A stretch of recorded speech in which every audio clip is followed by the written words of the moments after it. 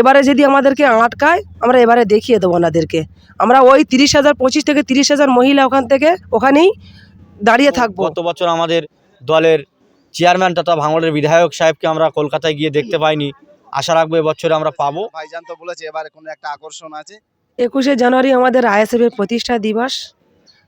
আমরা ওই উপলক্ষ করে আমাদের বুথে বুথে আমাদের ফেস্টান মারা হচ্ছে, আমাদের দেয়াল লেখা হচ্ছে, আমাদেরকে মিটিং চলছে, কীভাবে যাব, কীভাবে আমরা ওখানে গিয়ে পৌঁছাবো সেইভাবে সেটা আমরা চিন্তা ভাবনা করে আলোচনা করছি। আমাদের যে 21শে জানুয়ারি ভাঙড় থেকে বিধানসভায় থেকে আমাদের এখান থেকে 60 থেকে 70 হাজার লোক নিয়ে আমরা ওখানে মিটিংয়ে যাব শহীদ মিনারে। তার মধ্যে থাকবে মহিলা 30,000, 25 থেকে 30,000 মহিলা থাকবে।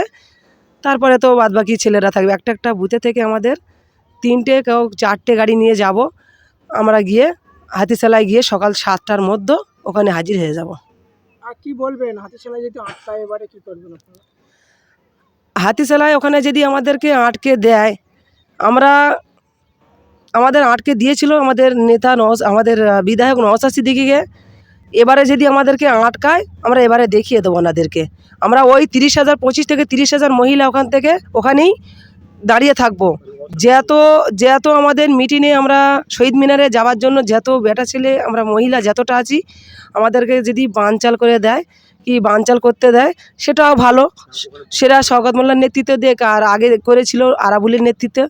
এবারে দেখা যাক কার নেতৃত্বে আমাদেরকে আটকায়। আমাদের যদি ওখানে আটকে দেয় তাহলে আমরা ওখান থেকে মিটিং ও শহীদ মিনার থেকে ঘুরে আসার পরেই আমরা ঘটকপুকুরে এসে বসবো। বসার পরে শওকত মোল্লা কীভাবে ভাঙড়ে ঢোকে আমরা একটু দেখবো। দেখো 21শে জানুয়ারি আগে যে কভার হয়েছে তার তুলনায় এবার একদম অন্যরকম হতে চলেছে। আর ভাইজান তো বলেছে এবারে কোনো একটা আকর্ষণ আছে। আর একটা জিনিস চিন্তা করে, মানুষ আগে যত হয়েছে তার 3 গুণ থেকেও আরো বেশি লোক হবে এবারে আশা করা যায়।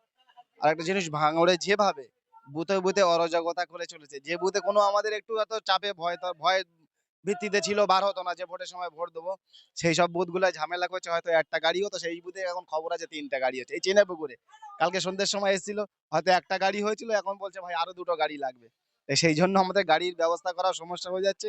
তো আশা করছি আপনারা যত এরকম বাড়ন্ত করবে, মানুষের পিছনে লাগবে, আমাদের গাড়ি তত আরো বাড়বে, মানুষ তত আরো বেশি যাবে। ভাঙড় থেকে তো আমাদের বুথ ভিত্তিক মিটিং চলছে, ব্যাপক সাড়া মিলবে এবারে আমাদের 21শে জানুয়ারি দলের প্রতিষ্ঠা দিবস বটেই। এবার আমরা আশা রাখবো, গত বছর আমাদের দলের চেয়ারম্যান তথা ভাঙড়ের বিধায়ক সাহেবকে আমরা কলকাতায় গিয়ে দেখতে পাইনি, আশা রাখবো এবছরে আমরা পাবো।